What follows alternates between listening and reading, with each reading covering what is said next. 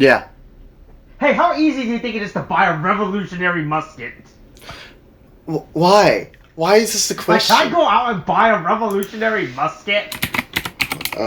You know what? I could search it up, but I don't think you could just buy it. I would imagine it'd be expensive as shit. What's stopping me from buying a revolutionary musket? They're expensive as shit. That's the reason why. Okay, but here's the thing, right? Right, that's the thing about buying you don't have to fill out paperwork for those things, right? Right? Because Maybe? you know how you were to buy a modern day gun in America? You know, the only country with proper gun regulation? Right? You have to fill out a lot of paperwork and go through a bunch of tests to make sure that you're mentally fit to be buying a gun, so you could, right? Yeah, that's totally the way we do it. It's not like I just bought a gun off somebody for, like, nothing, and then basically if I was to buy a revolutionary musket, do you think I have to go through the paperwork to do that? Do you need paperwork when you buy a revolutionary musket? Hold on. Do you need to fill out paperwork when you buy a revolutionary musket? Okay. This just tells me how to fire a revolutionary musket. Do you need paperwork for it? I don't exactly trust the site that I just found this in, but I will say, I think I may have found where you could potentially buy it. Do you have $700 just ready to drop right now? That sounds like a good amount. It depends. How's this revolutionary musket looking like? It looks like a musket. It looks like a musket, all right. That's all I'll tell you. What's the firing rate? How's the firing rate on this revolutionary musket? 1 boom per click. No. Do I need to buy my own gunpowder then? Yes, you would. You also need to buy like your own flint and shit and all that other crap. You also make your own. That stupid rod? Does it come with the stupid rod that you need to fire, that you have to fucking use to clear up the fucking pipes because you're firing a weapon made before the advent of modern plumbing?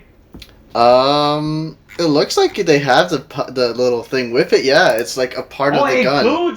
It includes that stupid little stick thingy that. The pole arm, whatever you call it. Yeah, I would imagine that every gun will have that because they're kind of necessary back in the day. Yeah, you kind of need those to fire a revolutionary musket, you know? Yeah. You can't just go around just putting the ball holes into it and lighting the flint and then just shooting. It's a long and tedious process. Right? Oh god, yeah, it's very long and very tedious. Yeah, this is like back in the days when people. That's why it was called the 100-Year War. That's not how it worked. The 100-Year War is totally different. What are you saying? No. Oh my god. I'm pretty sure we used revolutionary musket during the 100-Year War. We didn't use... Okay, hold on. The 100... Okay. Year War. Alright. So we're gonna go and we're gonna see when this fucking shit happened, alright? This happened in like the year 1337 to 1453. Right. That's not when we had guns. Not like that. You want to know when we used those guns? Sure? 1860s. 1860s. Or actually revolutionary, actually. 1700s. 17 fucking hundreds. That's that's kind of far away from fucking 1400s, Austin. It's so far. I mean, the technology's still the same, right? No. Did they use flintlock? It's not the same. Flintlock pistols during They didn't use... years? They didn't use flintlock pistols. Where are you getting this information? Hey, What? Hey, you know what? I bet the 100 Years War would have ended faster if they just used guns, right? Oh, you mean if it happened to be like Gunthika, then yeah, sure, it would end like very fucking quickly. But unfortunately, they're not living in an age where, you know, people just can travel back in time with a fucking gun and change the course of history as we know it. Hey, you know what? Hey, if we ever invent time travel technology, let's travel back to the 100-Year War, right? And give them guns to see how long that war lasts after that. That depends. Which side are you aiming to join or aid? Let's look, like any smart weapon manufacturers, you supply weapons to both sides. So that way you make twice as much profit.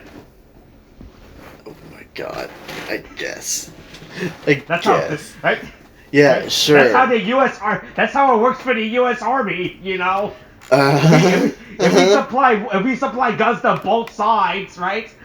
We'll make twice as much money. There'll be twice as many dead bodies as well. Yeah, sure. That's exactly how we should be. We should be taking from history the absolute worst, of fucking America. How about that?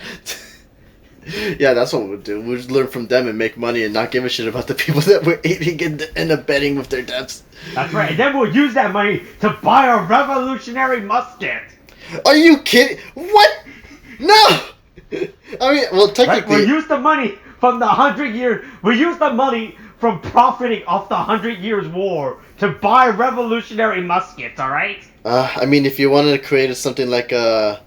What's the word I'm looking for? Like a philosopher's legacy, like a la Metal Gear. Then I guess it could be doable, maybe, if you happen to hide all that money without it being caught. Sure, it would be worth plenty, but that depends. What are you gonna do? Are you gonna install a guardian in front of the cave? Is that what you're gonna do? What? You're gonna... No, that'll be fucking stupid. Look. We'll hide the money and the revolutionary musket as well. But where are we gonna Okay, first of all, you can't just fit money into a revolutionary musket just like that, okay? Also, second, where are you gonna put it? Where are you gonna keep it? Well, revolutionary has those long barrels, hollow that out. Stuff the money in there. You do realize that they didn't exactly use paper money back in the day, right? Oh, I mean, no one can tell the difference. They use gold and silver and copper. How are you gonna stuff all that in? You hollow out the butt of the gun, and then you put the gold in there, right? So you take the money you make from profiting up the 100 Years' War, right? You travel to the Revolutionary War, right? You take the Revolutionary War guns, you cut off the butts, and you hollow them out. Then you put the gold, right? That you made from the 100 Year Wars into the guns, right? Give them back to the soldiers. Wait 300 years. Then you buy back that revolutionary musket with the gold in it. Yeah, but they're gonna find out that the gold's in there. It's not exactly hard to... They're gonna be walking around. It's gonna be jingling in their fucking shoulders with the way they're carrying it. You just tell them that's how guns... No. You just tell... No, that's how guns are designed. They'll never figure it out. They're gonna look into it. They're gonna look at it. They can just look down the barrel because, gun safety wasn't exactly paramount back in the day. They're gonna look down the goddamn barrel and be like, oh, what's that jingling in there? Oh, a gold doubloon. Hidey-ho. I'm gonna go buy the entire country. Looking down the barrel. That's not how guns work. I mean, look, they're gonna hear something shaking. They're gonna be like, "What's with that?" And they're gonna take it apart and find all the fucking gold that you somehow they don't have time managed to fucking get. They don't have time to look through them. They don't have time to look through the gun because they have to spend all that time setting up the gun to shoot. Oh hey, I can buy a replica for $250 from eBay apparently. I wouldn't trust anything on eBay though, personally, so I wouldn't go for that. I could buy one for $1,200 from a website I never heard about. As a veteran, I could buy a poster of a revolutionary musket for $50. That seems expensive for a poster. What is the poster? It's just a picture of the musket. I'm gonna show you this photo. This is the actual photo that you can buy of a revolution. Wait, is it not like a poster from back in the day to show the diagram of the revolutionary musket? This is the poster. That's the poster. Wait, that's it? Wait, how much is this worth? It's like $40 to $50. Oh, why? That's not worth 40 to 50. Who would pay for this? Who? People who want to buy a revolutionary musket. God, I mean, I guess, but I'd rather drop money for the gun than the poster. Oh, you can. Here you buy an authentic a revolutionary musket for $2,500. What the fuck? Right, yeah, so back to the point. Yeah, back to the point. Buying a revolutionary musket, alright? Mm-hmm. We should buy those. Just buy those? I'm telling you, What are you gonna do? I swear to God. This plan is so flawed to begin with. What are you gonna do with it? You can do anything with a revolutionary musket, alright? Well, detail it to me now, right now. I want the list, full list, right now. You can take a photo of it against a white backdrop and sell it as a poster of the photo. Oh my god. And charge $50 for it on eBay. This is not worth the time and money at all. Anyway, I'm trying to figure it out. Hold on, here. I figured it out. We buy a revolutionary musket, right? We place it on a white backdrop. We take a photo of it. We travel back in time to the 100-Year War, and we show the king of it. Look, you can build this. Here's all the list to build a musket for the war. Why are you so hung up on going back to the 100-Year War and to change the course of history? Why? Why specifically the 100-Year War? I know Joan of Arc was a thing during that. Is that why? Do you want to see what happens when she's alive? Is that what you're thinking? I don't give a fuck about that. No, I'm just saying the 100-Year War could have ended faster if they just had guns, alright? Yeah, just like how they could. And we give them revolutionary muskets, alright? Okay. Yeah, but sure. We don't give them modern guns. We just give them guns from the 17th to 18th century. Granted, right? It would be a very big technological leap for them in general. So yeah, you would be able to change up some kind of shit. Then the King of England could tell France, "Hey, France, take this."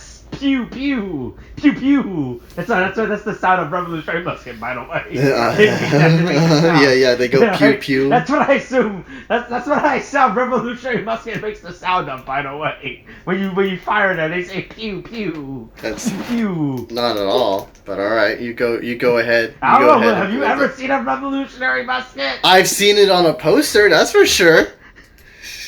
Right? But have you ever seen the sound of the revolutionary musket? The sound? Yes, in movies. Plenty of times. Why? I'm just saying. Oh, okay. That's the sound that a revolutionary musket makes. Yeah, no, I just literally told you I did hear it, and I'm going to have to go with a very much no. That's not how they sound at all type of thing. Are you sure? Yes, I'm sure. We're 13 minutes in. I'm trying to find a segue. We can't segue out of this. God damn it! Segue okay, into what? no, there is no segue. No, there is no segue. Welcome to the spoiler cast. The fucking Goonies. Woo. Okay, welcome. This is nostalgia month, I guess. Hey, we're back. It's once again December. We did 13 minutes. Nostalgia. We did 13 minutes. 13 fucking minutes, Austin. I was trying to give us a segue, but you kept bringing it back to the 100-Year War, and I couldn't get us out. Austin. We couldn't go back to our time. Look, but that's the secret of the 100-Year War. Once you get in, you never get out. Who says that? About the 100-Year War? No one said that. That's what they said back then. That's what they said back in. That's what England and France said. All right, before we enter this 100-Year War, we gotta remember, once we get in, we can't get out. Oh my god. That was the tagline for the war, right? No, it wasn't at all. It's the tagline for your war, I guess, but not for theirs. Anyway, welcome to the fucking spoiler cast for The Goonies, alright? This is the movie. That's right. It's December nostalgia. Yeah, that's what we're calling it. December nostalgia. That's all. No, I disagree. Well, what? We have to come up with something better, right? No. We don't have to. What do we wait? Nope. It's nostalgia ween now. Nope. It's nostalgia ween. We are now nostalgia ween. It's not nostalgia. It can't be nostalgia weed. Yeah. October was 2 months ago because it is clearly December now for us. No. Okay, yeah, but here's the thing. I'm taking the ween back from Hollow. They have Hallow's Eve, okay? But we're taking the ween into Christmas, into nostalgia ween, all right? We're retaking the ween brand, okay? So we're taking back the word ween. I don't know who gave it up like that, but we're taking it back. Ween is now our word, all right? We can travel back to the 100-Year War and ask them if they had Halloween yet to find out the root of it. Oh my god. We'll figure it out somehow. I mean, I guess I could always travel back in time with my revolutionary musket and kill the man who decided to give Ween to Halloween. Then I can claim, no, it's only for nostalgia Ween. What's that? And then I just leave. Yeah, you know what? That sounds like a good plan in general. Oh god, you think I start a cult if I do that? If I just appear, kill a man, say nostalgia Ween, and leave? You think I would just like start a fucking like ravenous religious cult that would like fucking engulf the entire world over in my name. Start a 100-year war with that. You the way you say that, you make it sound like we're gonna fucking segue into some segment about the 100-Year War, but we're talking about the Goonies here. Anyway, fucking. Right. Anyway, right. We've been talking about the Goonies for 15 minutes now. We have not been talking about the Goonies for 16 minutes now. Okay. Anyway. Boy. Anyway, I'm gonna read to you. There also sticks around with us who want to listen to two people talk about the Goonies. God, I mean, at this point, we might as well just make a shitpost podcast and just shitpost about whatever the fuck we want to talk about. No. It doesn't work. It doesn't work like that. That's not how it works. All right. Says who? But all right. But anyway, as per usual, I shall read to you, the audience, the plot synopsis as provided to us by the Wikipedia page for the movie The Goonies. So, here we go. Facing foreclosure of their homes in the Goondocks area of Astoria, Oregon, to an expanding country club, a group of children who call themselves the Goonies gather for a final weekend together. The Goonies include Optimus lead Goonie Mikey Walsh, his older brother Brandon, the inventive Dada, the talkative Mouth, and the klutz Chunk. You can see how their names kind of tie into their fucking personalities. Anyway, rummaging through the Walsh's attic, they come across a 1632 doubloon and an old treasure map purporting to lead to the treasure of legendary pirate One-Eyed Willie, believed to be located somewhere nearby. Mikey considers One-Eyed Willie to be the original Goonie. The kids overpower and bind Brandon and make their way to an abandoned restaurant on the coast that coincides with the map. So Brandon soon follows alongside Andy, a cheerleader with a crush on him, and Steph, Andy's friend. The group eventually discovers the derelict restaurant and is a hideout of the Fratelli crime family, Francis, Jake, and their mother. They don't mention their name, or her name. I don't think she even has it. It's okay. We'll look into it later. The Goonies find a tunnel in the basement and follow it, but when Chunk flags down a motorist to go to the sheriff's station, he gets abducted by the assailants and imprisoned with their hulking, deformed younger brother, Sloth. The Fratellis interrogate Chunk until he reveals where the Goonies have gone and begin pursuit. Chunk is left behind with Sloth, but befriends him. After Sloth frees both of them, Chunk calls the sheriff, and both follow the trail of the Fratellis. The Goonies evade several deadly booby traps along the tunnels, while staying ahead of the Fratellis. Finally, they reach the grotto where Willie's pirate ship, the Inferno, is anchored. The group discovers the ship is filled with treasure and they start filling their pockets, but Mikey warns them not to take any on a set of scales in front of Willie, considering that to be their tribute to him. As they leave the ship, the assailants appear and strip them of their loot. They start to bind the Goonies and make them walk to the plank until Chunk arrives with Sloth and distracts the assailants long enough for the Goonies to jump overboard and swim to safety. The Fratellis proceed to grab all the treasure they can, including those on Willie's scales. This triggers another booby trap that causes the grotto to cave in. With Sloth's help, the Goonies and Fratellis barely escape. The two groups emerge on Astoria's beach, where they reunite with the Goonies' family and the police. The Fratellis are arrested, but Chunk prevents Sloth from also being taken. He invites Sloth to live with him, which Sloth accepts. Just as Mikey's father is about to sign the foreclosure papers, the Walsh's housekeeper, Rosalita, discovers that Mikey's marble bag is filled with gems he took from the ship and had not been seized by the Fratellis. Mikey's father triumphantly rips up the papers, declaring they have enough money to negate the foreclosure. As they are regaling the tale of their adventure to the disbelieving press and police, they notice the Inferno, having broken free of the grotto, sailing off on its own in the distance. And that's the end of the plot synopsis. That's right. It's a movie about a group of ragtag kids, just like Stranger Things. Yeah, okay, yeah, just like Stranger Things, but more like Stranger Things took the page out of the Goonies. This is I don't know, William. Where's the proof of that? This is 1985. What do you mean? Stranger Things is set in 1970s, alright? Yeah, but it was created in the 2000s, like 2010s. There's no way attached to, like, it's most clearly influenced from the Goonies, if anything, by terms of the fucking the group dynamic. How do you look at the time paradox scenario of the situation? What do you mean? How would it even work in the first place? Would the Goonies travel forward in time and then make the movie? But then what's the point? Because then Stranger Things becomes influenced by the Goonies, and then oh god, no, the time paradox is actually fucking up my head. Loop, all right. No, that's not how it works. Just like the 100-Year War. Oh my god! Again, I'm trying to get us back into the 100-Year War. We're not going back to the 100-Year War, okay? We're never going back to that, okay? Anyway, a discussion on this film, because I'm pretty sure we're just basically talking straight up nostalgia, man. These are the movies that made up your childhood when you were watching them on a 1990 television CRT television set. That is why it's December nostalgia. Yeah, this is why we're nostalgia-ween in Christmas, all right? So. And I'm telling you, we have to take that word back. But yeah, this is basically said, like, this movie was basically made during a time where basically nobody, or at least people didn't give a shit about what kids watched, okay, until they apparently did, okay? Like, seriously, there had been...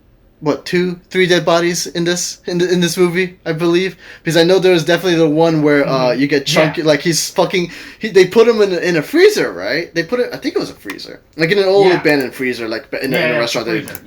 Right. He's in the freezer, and there's like a dead body, just like frozen, like a frozen corpse in there. And the kid is clearly traumatized by this. He'll need years of therapy afterwards. That was the best part. The kid just fucking yelling about straight up this fucking dead body in here, right? Yeah, and he's just having a full-on panic attack. Yeah, and it's just like this is like kind of like where these kids are, you know, very much obviously in actual real-world peril. If this was a real-world thing, you know. But yeah, I mean, there's also like, I mean, this is like, it's kind of like where, like, you know, there's also some there's a good amount of like cursing and stuff like that. There are some skeletons here about, because, you know, this is about like, you know, getting treasure and that kind of thing, right? Yeah, it's about pirates. Yeah, it's about pirates and everything, and it's the kids are fucking wild as shit. The kids are like they're basically caricatures of what they portray, right? They only really focus, like, again, the what's the word I'm looking for? The whole mouth. Yeah, mouth and fucking. Let me look at their names again, because you got. I guess you got Chunk, which I guess he's just like kind of like, you know, he's like the clumsy fat character, you know, and you get like you get Mouth, who is basically nicknamed because he talks a lot of shit, right? And then you get Data, who is just like again, you know, he makes gadgets, and he also happens to be a fan of James Bond, it seems. Right, so yeah, that's kind of like how they just kind of like they're very much, you know, they're 2-dimensional characters. They react realistically enough, honestly, and they're just like they're there to kind of like embody the character and then, you know, act it out, that kind of thing. In terms of like what I mean by embody the character, it's more like they do basically what they're characterized to be. Like, you know, mouths off. You get Chuck, who just like, I don't know, he's clumsy.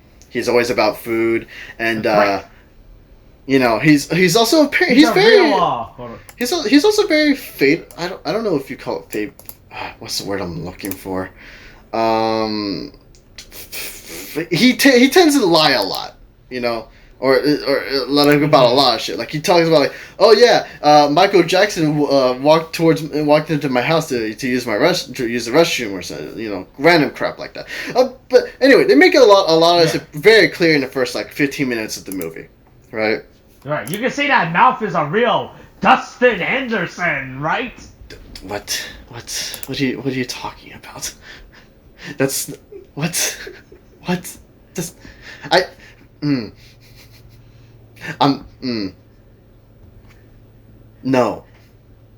No, Austin, I'm gonna stop you right there. All right. You think they notice? No. I'm not gonna notice. I refuse to. I know you're making a point here, but I'm not gonna look into it. I'm really not. All right. Oh. Because I swear to God, it's gonna piss me off the fuck later. All right. Don't worry about it. But I'm not gonna do it here on this goddamn spoiler cast. Anyway, Anyway, this movie just pulls no punches in terms of its content. Is what I'm saying. This happens in an era where nobody gave a shit. Where, as a kid you could watch Back Jaws. then, when it was safe for kids to go out on the street by themselves and not have their parents worry about it. Yeah, well, you didn't really have helicopter parents like that back in the day, right? But anyway, this movie is very much a tradition. Very much a traditional. Yeah, they had helicopters back then too. Congratulations. Look. No, I don't know about that. Look, the fact that that they had like, oh, what's the word I'm looking for? Fucking helicopters. What is it a bad? Is it bad to have a helicopter? Yeah. Because. Do you think they had helicopters back in the 1980s? Yes, right? they did have helicopters back in the 1980s. Where's the proof of? I don't know about that. Seems like a far stretch. All right. What? They've had helicopters for a while now. What do you mean? What are you trying to pull here? They had helicopters for such a long time. Did you think they just happened to have helicopters in the 2000s? Is this what's going on?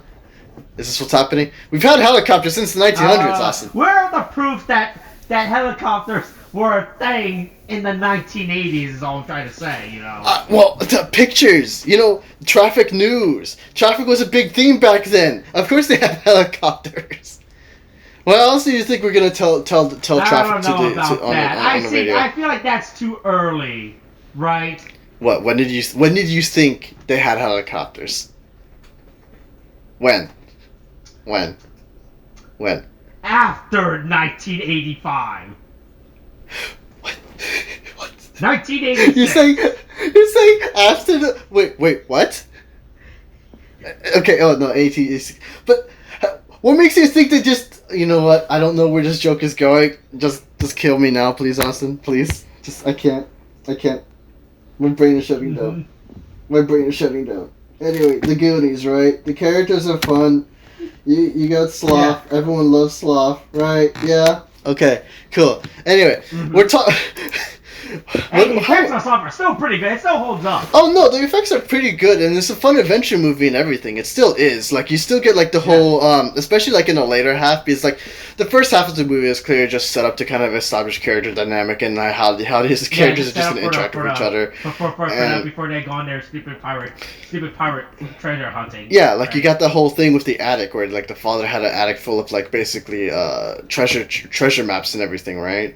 And then, you know, that's what they're there for. It's kind of to set up like, oh, the potential call to adventure. They set up the problem. They set up how like they get new you're gonna get they got new help because they're gonna foreclose. That's why you got the Spanish the Latina maid. I'll say, because I don't know if she's Spanish. Yeah, I pretty much doubt it. But yeah. But yeah, and then, you know, you also get, like, with that, you also get the help with how Mouth just kind of mouths off and just says a whole bunch of random shit. Like, the kid very clearly knew what he was saying to, like, the fucking maid, where he's basically convincing her that the whole fucking house was a place of degeneracy and fucking, like debauchery. That's right. Hey, that Mouth is a real Mike Wheeler, some would say. Mike Wheeler, okay. You see, I know where you're going for now, and I don't like you. I don't like you a lot. Don't need to bring fucking Stranger Things back into this nonsense. One influenced the other, and it wasn't the Goonies getting influenced from Stranger Things, okay? You're not gonna prove that to me, okay? Ah! Anyway, fuck. It also doesn't help that you get Sean Astin, who is in here, who's also starred in Stranger Things in season 2. It really doesn't help with that either. Fucking played Bob, and Bob was like the most sad character because of, like, he didn't deserve the shit that he got. God. Anyway. But anyway, fucking where am I going with this?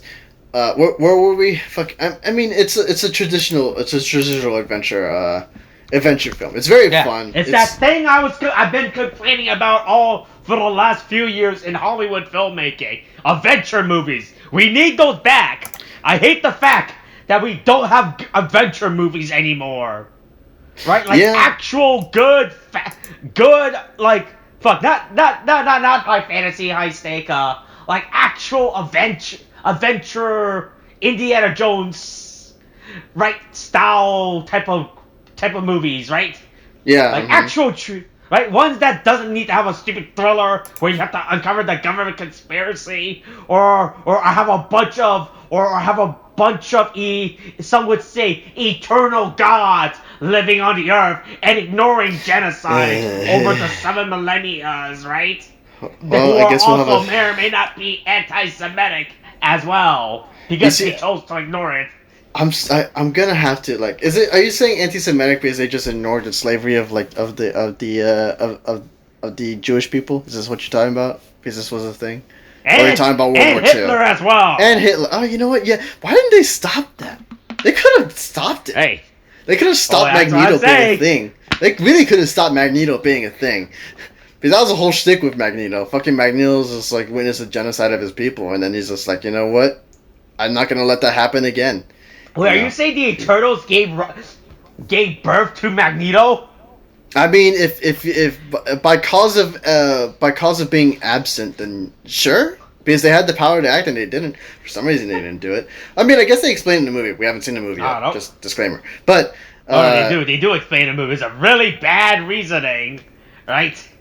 What is it? Because they really ruled bad, and is it because they ruled and they just fucked up and then they're like never again or something like that? Hey, do you remember how in Game of Thrones, right? How Daenerys was going to Westeros, right? Right, and there was that giant army of ship that was in the sea that could have shot her dragons down, right? Right. Remember how she forgot that they existed? Yeah. Right. Yeah, it's like that. It's like that. No. Why? You know what? We'll discuss that when we get to the eventual spoiler cast for that. What do you mean? The spoiler cast for Eternals out now. Oh wait, hold on. Let me think about this. No, let me quickly look at this from the upload schedule. Okay, no. Eternal spoiler cast not out now. Yeah, I figured. Out soon. I mean, I guess I could. Just realized that. I guess I could watch it over the weekend, but yeah. But anyway, we'll get there. We'll see. We'll see. The Eternal. Still in theater as of December 2011. At the time of this record. I mean, it came out November. Excuse me. That's right. It came out in November 2021. Last month for us.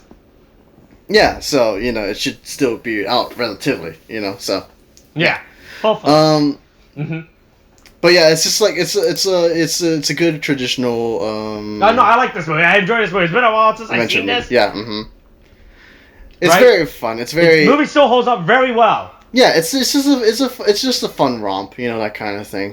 Just a fun romp looking for treasure. Fun family movie. Right? Yeah. But the characters don't really grate or anything. You get this wonderful sense of just like of macabre, I guess you would say, like this a bit of it, because you do get to see like skeletons like placed around like as warnings and shit. I think like there was that one where they stumbled upon the skeleton and there's just like this whole shrine thing, which is like really fucking weird. I don't know. Can't children movies get away with skeletons now anymore? Yes. Right? Can you put skeletons in kids movie and they'll say, and the film ratings will say PG? Can you get away with that nowadays? You could. It depends on how you portray it, but you could. It depends on the amount of skeletons you put. No, right? Because to be fair, to be completely real with you, I doubt skeletons would really push you up in the ratings. It really depends on how you use them and how it's portrayed. Because I wouldn't like how many skeletons can I put in a Barney the Dinosaur movie? Because yeah, you have to remember it, and I have to check the rating on it first to actually, because we're talking about only up to PG, right? Because remember we did have Coco. Coco was the whole thing where it had skeletons galore, because you had the whole. That's right, I forgot about that. Yeah, because of Day of the Dead, and everyone's just basically skeletons there because they're all fucking dead, right? Mm-hmm. But again, it depends on how you portray that. Like, the film was PG, but it wasn't even for like the skeletons. I think it's more for like the themes that they're trying to like talk about, right? Because you are talking about the fact that like a character did die by poisoning, and the fact that like one of the characters you have in there is a straight up fucking murderer, right? So that could also be a thing. It can also it's also because you kind of do get like they're also talking about like how people, it's because of the big theme about this movie is basically revolves around death, very clearly, right? We're talking about Goonies, or we're talking about Coco? Hold on. Okay, I'm talking about Coco because we're talking about I wasn't sure. I wasn't sure. And anyway, just want to make sure.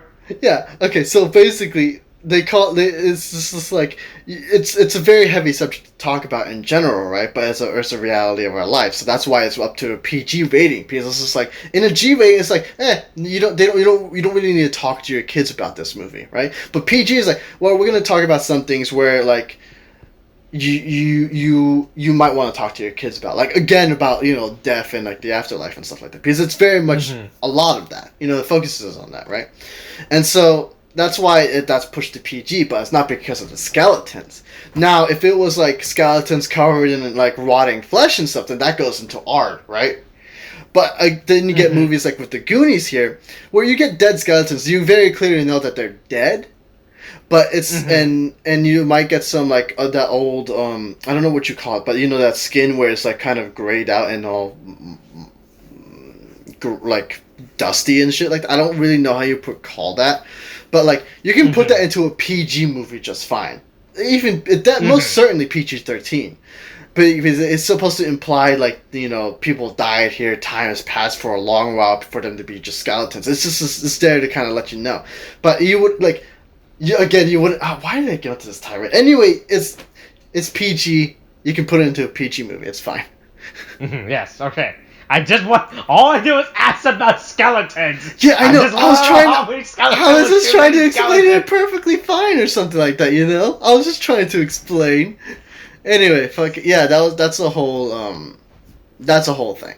So, but yeah, I mean, like, it's a very, like, aside from the plot that I've explained to you, because the thing is, the plot synopsis, you'll know what goes on in the movie, but you won't really get a lot of the fun stuff.